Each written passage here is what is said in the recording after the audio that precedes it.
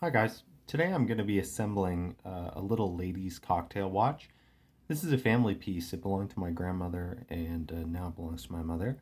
Um, I've done what I would call a service plus on this watch. I've made a new center wheel bushing, which I'll show in greater depth later.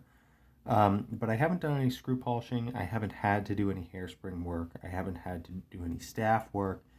And I haven't had to do any trimming of the balance wheel or poising. And I'm very happy about that. The reason for that is that I do not know the make or caliber of this watch. It's not unusual for Swiss watches of the early 20th century to be unmarked, but often what you can do is compare the keyless works to known patterns of keyless works, and that in combination with the size and lines will give you the maker and the caliber. However, this watch is a bit of a weird size. I believe it's about 6 3/4 lines, um, and I was unable to match up the keyless works with any of the charts that I have. So it's good that I didn't have to do any serious work because I really don't want to um, risk any kind of damage or losing parts to the watch or have to replace parts that have previously been damaged. So today I'm just going to be reassembling the watch.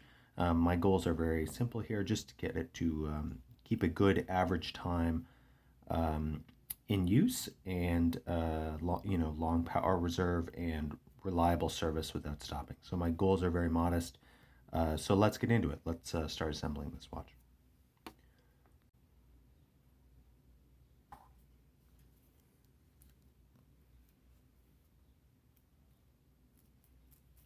To lubricate, I put just a bit of Mobius 8200, um, some clean watch paper, and then I draw it along the mainspring. Good. Okay. So now the mainspring is wound into the winder.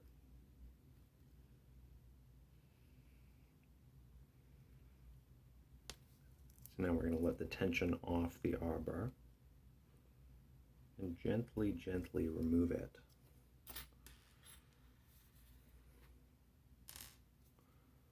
Get in there with fine tweezers.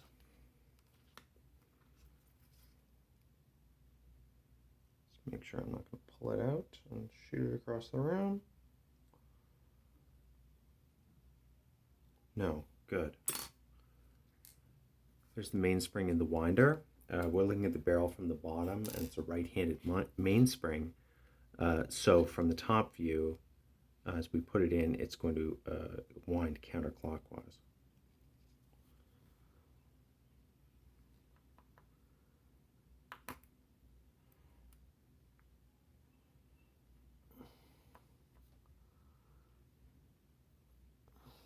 Go on now. Good, perfect. Okay, I'm now going to go ahead and assemble the train. Um, Before I do that, one thing to note is the pretty extensive damage to the plating. This is the barrel bridge.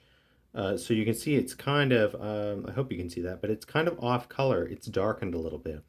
And I think what's happened with this watch at some point in its history is that it's been left in an ultrasonic cleaner for too long, and this has damaged the plating um, on the plates. You can see it also main plate a little bit here where the train is. The plating has just darkened, kind of grayed a bit.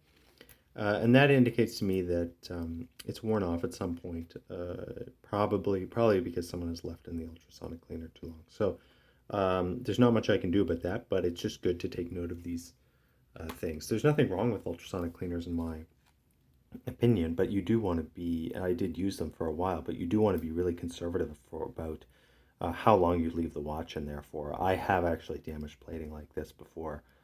Um, just by leaving it, forgetting that it was in the ultrasonic tank, left it in for like 20 minutes, and a strong ultrasonic will definitely damage plating, and remove enameled lettering if you're doing pocket watches. So just that's just something to watch out for. So I'm going to begin by placing the escape wheel. The train is held underneath cocks due to the very kind of compact nature, baguette style.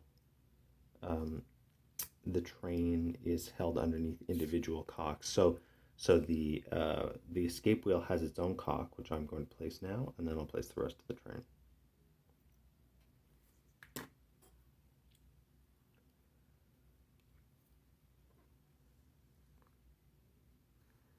As always, this is a time to be very careful about how you place your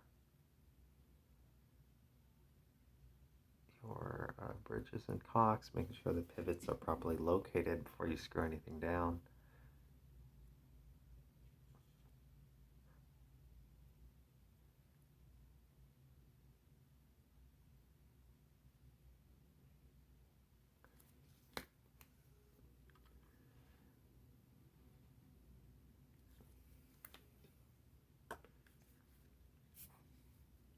Very nice. Gently, gently, gently. Good.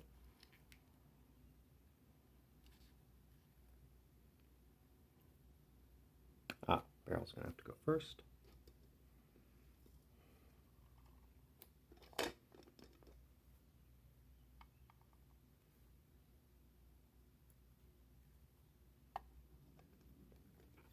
So the plating is coming off on this barrel, but only when the barrel is in contact with other things. So as long as it's on its pivots, I mean on the barrel arbor, it should be okay. So I think I'm just going to roll with it and hope that what remains of the plating stays on.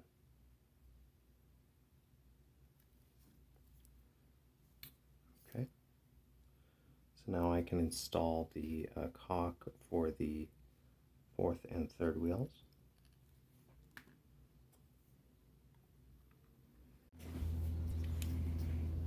Okay, so through a little movie magic, we now have the train fully assembled. Hopefully you can see that there. I actually had to go back and remove this cock here to fit the center wheel on. Of course, when you're unfamiliar with the calipers, when you make dumb mistakes like this in assembly, but the train runs freely.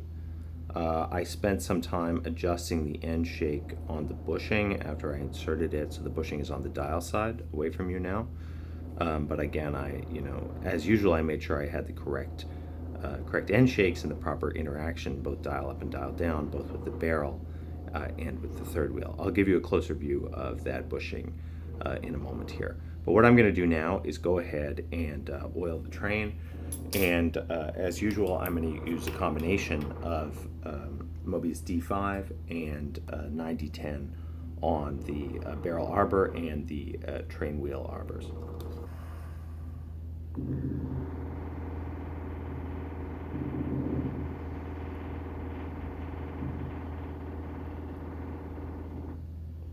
There we go. And I can see I've just smeared a little bit of oil on the top of the jewel. And you don't want that because you don't want a connection, like a river of oil running all the way from the pivot. Wow, that drilling is really intense. Running all the way from the pivot to the metal of the plate, because then the oil will wick away over time. So what you can do is just sharpen a little bit of pegwood and wipe away any oil that's on the top of the jewel, just to break that connection between the oil at the pivot and whatever may be touching the plate.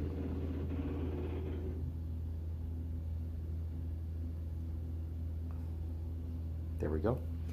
And now our oil will stay at the pivot and not wander away from the pivot over time. We really don't want the pivot to run dry. So it's important that there's no capillary action between the pivot and the watch plate. Okay, so I'm bringing you guys in for a close-up view of the train on the dial side. I'm beginning at the center arbor where I cut a new bushing. So one thing to notice is that you can see fairly extensive wear around the whole arbor, and I think this may be a kind of bad end shake adjustment, but you can see that the plating is worn away all around this, all around the center arbor. Now that's that's not something I've done subsequently. The watch was like this to begin with. So um, maybe this is like a bad end shake adjustment and the cannon pinion was rubbing. Um, I'm not totally sure why this is, but in any case, so I found the side shake was huge when I came in. So what I did was I reamed out the plate, then I cut a brass bushing, and you can just see the bushing. You can see this quite pronounced kind of gold colored ring, and that's what the edge of where I've reamed it out, and it appears gold because I have chamfered that hole. I then cut a brass bushing and friction fitted into the plate. This has somewhat reduced the side shake of the center arbor.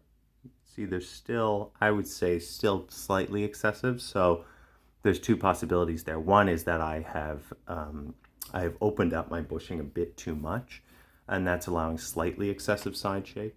It's probably also because the top pivot is running in a worn arbor that I have decided not to bush at this time. So in any case, the side shake is considerably improved from what it was. When I service this watch again down the road in a few years, I'll probably take another crack at that bushing, but it's an improvement over what it was. You can also see that when I move the center arbor, let's just see if I can get it there. Hopefully you can see this slight film of oil between the arbor and the bushing. So that's a good amount of oil, not sloshing around, not overflowing, but when you move the arbor from side to side, you can see a film of oil between the arbor and the plate, or in this case, the bushing that I've cut. We can also look at the other wheels in the train here. So that's the third wheel, and hopefully we can get a good view of it. But you can see there's a small ring of oil around the pivot, but certainly not over the height of the pivot. I believe Henry Freed says no more than 50% up the exposed pivot when you're looking at it from the top. So this might be a touch on the high side, but certainly not crazy excessive. There's no oil. Like if I rock the movement here, just to play with the light a little bit, you can see there's no oil on the side of the jewel hole, or pardon me, the oil sink, the indentation in the jewel around the pivot is not filled up. It's not even filled up halfway. It's not overflowing. The oil is concentrated at the bottom, and it's held against the pivot by capillary action. So bear in mind, of course, that when you think you barely oiled a pivot enough, where most of the oil is actually underneath the jewel, right? It's being held between the jewel and the square shoulder of the pivot. So what you're viewing from above when you're looking down on a pivot is really just the tip of the iceberg in terms of the oil you've applied, right? So if you keep filling up that oil sink, actually what you're going to do is you're going to overwhelm the ability of the oil to hold itself between the pivot shoulder and the jewel by surface tension, and you're going to get oil running down the arbor. So if you see some oil, just a ring around the pivot, but not filling up the oil sink all the way, that tells you probably have a good amount of oil, the correct amount of oil, between the shoulder of the arbor and the jewel. Okay, so here I'm installing the yoke spring. Here it's important to hold down the yoke spring with either pegwood or tweezers. You're going to be pushing with one and holding down with another to keep the thing from flying off in all directions. And of course you don't want to actually scratch the yoke while you are installing it. So this is a bit of a delicate operation. I think I'm going to use brass tweezers for this.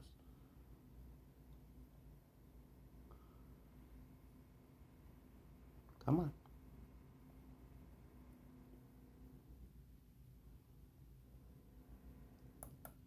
There we go. Yoke spring installed. Okay, so we're now back on the movement side, and I'm getting ready to install the winding gear. So that would be the crown wheel, ratchet wheel, and click with click spring. There's one thing to notice here before I proceed. First, there's pretty extensive wear around the crown wheel, and so this indicates that it's gone a little bit off kilter and has dug into the plate over time. The other thing is there is actually a crown wheel ring here, which I was unable to remove from the movement. So it's really, really stuck on here. And I thought it would come out when it was in the cleaning machine, come off when it was in the cleaning machine. It did not, and I've been unable to get it off with tweezers. And I really don't want to get a screwdriver in there and do further damage to the movement. So I'm just going to live with this. I'm going to leave it in place. And of course, as usual, I'll oil around it with Mobius D5 to reduce the friction there. I might also just put a little bit on the plate if indeed it's wearing against that. So that's just one thing to note. Another sign that perhaps the build quality on this movement is not terrific. Things don't fit together perfectly. So I had quite a bit of trouble with this cock here, which holds the third and fourth wheels. You'll notice one other thing, which is that the steady pins for the balance cock, which should be stuck in the balance cock and lift away with it, are actually stuck in the movement main plate. So, of course, I could try to remove them and insert them back into the balance cock. But, if they want to live there, I don't think it's going to do any harm. I'm leaving them there. It just shows that, the fit and finish of this movement is not terrific. So, I'm not expecting the world in terms of performance, but in any case, let's just proceed with installing the winding gear, beginning with the crown wheel. There we go, very nice. Then we'll just screw down the ratchet wheel screw.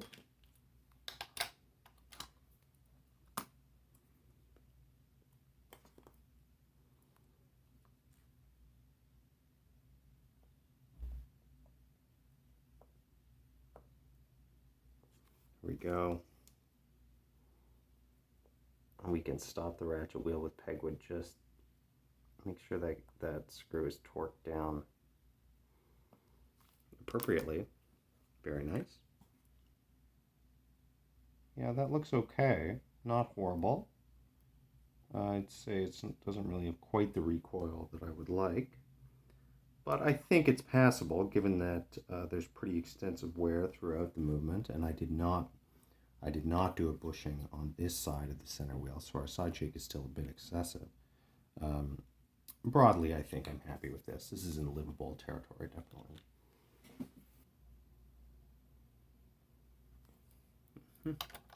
Okay, good. So that's the pallet fork in place. One quick note is I don't, and indeed most watchmakers do not oil pallet fork pivots. Unless they have a cap jewel like on a high jewel pocket watch, then I do oil them. But if it's just a square shouldered pivot, most people don't oil pallet fork pivots because, for one thing, there's not going to be extensive wear because it's not a rotational motion, right? So the pallet fork is not bearing against the same part of the jewel all the time. So you don't really need it for lubrication purposes. The other thing is that these pivots are so fine that actually adding lubrication will bog down the pallet fork. The pallet fork needs to accelerate very quickly, right, when it's getting pushed by the escape wheel, and this will bog it down. So you'll lose amplitude if you oil the pallet fork pivots. So I don't. So now, of course, it's time for the most dreaded, the most dreaded of all steps, oiling the escapement. So as usual, I'm using my little hooked broken oiler here. I'm going to be using a Mobius 9415, the grease, not the oil.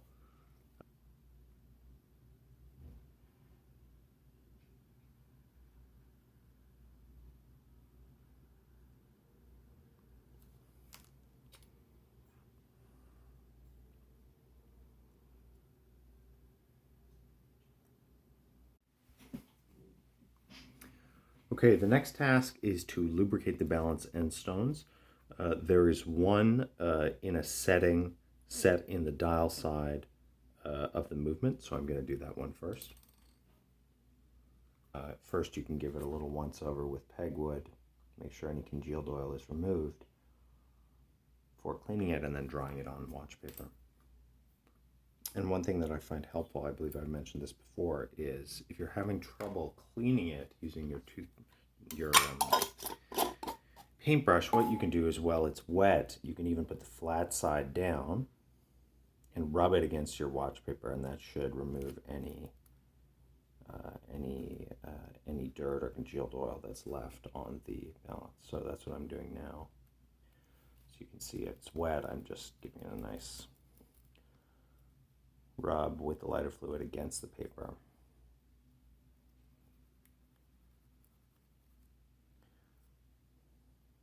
Then what you want to do is make a close inspection of the jewel, the end stone, to make sure that it's really spotless. Try to catch the light with it. Yeah, that's good. That's very good. So now we can go ahead and oil it. So for that, I'm just going to hold it. My tweezers, I'm going to use 90-10. Come in and put a nice circular dab on the flat end stone.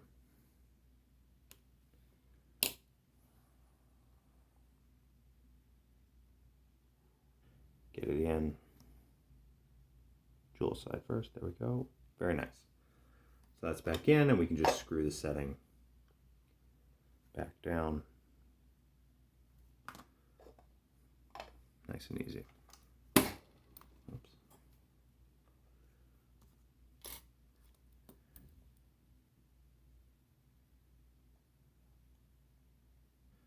So there's our balance cock.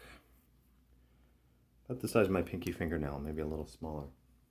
So the end stone, as you can see, is obviously on the top side. It is held on with 2 screws, which you access from the underside. And around the ends, the setting that contains the end stone is the regulator. So I'm going to unscrew these screws, and we're going to dismantle the whole balance cock assembly. Then we'll put the regulator and the cock itself aside while we clean the end stone.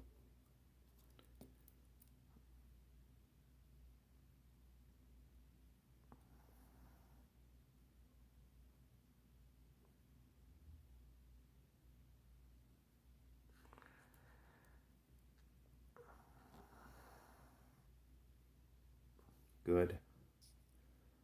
Okay, very nice. Okay, so now we need to reassemble the cock. And this is actually quite straightforward if you use a really simple trick. So Mark Lovick, I think, also demonstrates this. So if you put the regulator over top, when you set the cock down, it will keep the cock from making direct contact with the flat jewel. And then you're not going to be spreading your oil around all over the place. Basically, you just want to try to line up the screw holes and set the cock down, and then you can screw it down. And then once you screw it down, the regulator will be pushed into its correct position, and the hole jewel will be pushed flush up against the flat end stone.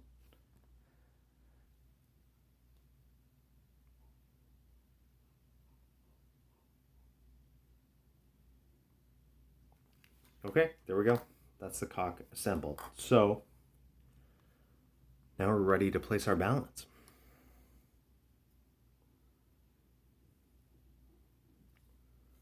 And we're going to get the balance wheel under the center wheel. Okay, good. Then we can just shimmy the wheel into its proper position. Likewise with the cock.